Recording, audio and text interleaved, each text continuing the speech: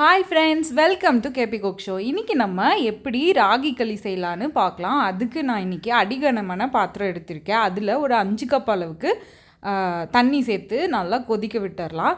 இப்போது 1 கப் அளவுக்கு ராகி மாவுக்கு 1/2 கப் அளவுக்கு நான் அரிசி சேர்த்துக்க போகிறேன். அப்போ தான் வந்துட்டு நல்லா அந்த லம்ஸ் ஃபார்ம் ஆகாமல் இருக்கும். இப்போ 1/2 கப் அரிசி சேர்த்துட்டு அதில் 1 டீஸ்பூன் உப்பு சேர்த்துக்கலாம். இப்போ பாருங்கள், அரிசி நல்லா வெந்து வந்துருச்சு. 3/4 வேக்காடு வெந்து வந்தாலே போதும். இப்போ பூரி திரட்டுற கட்டை இருக்கு இல்லையா, அது இல்லைன்னா பருப்பு கடையிற மத்து, இது ஏதாவது இந்த மாதிரி வச்சுட்டு அதில் 1 கப் அளவுக்கு ராகி மாவு எடுத்து கொட்டி விட்டுருங்க.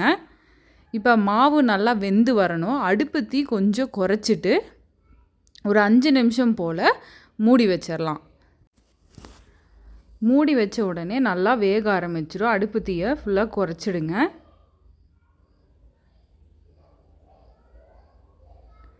இப்போது மாவு நல்லா வெந்திருக்கும். இந்த சமயத்தில் நம்ம அப்படியே கிளறி விடணும். எந்த மாதிரி கிளறி விடணும்னா, ஒரே பக்கம், இப்போ இந்த சைடுனா இந்த சைடு, அந்த சைடுனா அதே மாதிரி நல்லா பக்குவமாக கிளறி விடணும். கேப்பே விடக்கூடாது. இந்த மாதிரி கிளறி விட்டுக்கிட்டே இருக்கணும். இப்போது கொஞ்சம் கெட்டியாகிற மாதிரி இருக்கும். இருந்தாலும் கைவிடாமல் இந்த மாதிரி கிளறிட்டே வந்தோம்னா அப்படியே மாவு கட்டி தட்டாமல் இந்த மாதிரி வந்துடும்.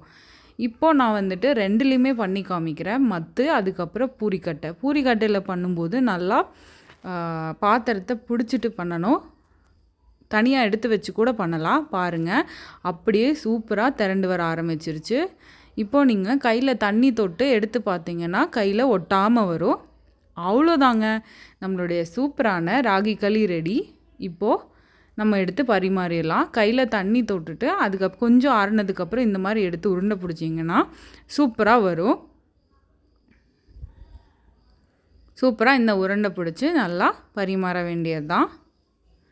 இதுக்கு நான் இன்றைக்கி பருப்பு கூட பாலக்கீரை போட்டு கடைஞ்சி செஞ்சுருக்கேன். நீங்களும் இந்த ரெசிபியை வீட்டில் ட்ரை பண்ணி பாருங்கள். நன்றி, வணக்கம்.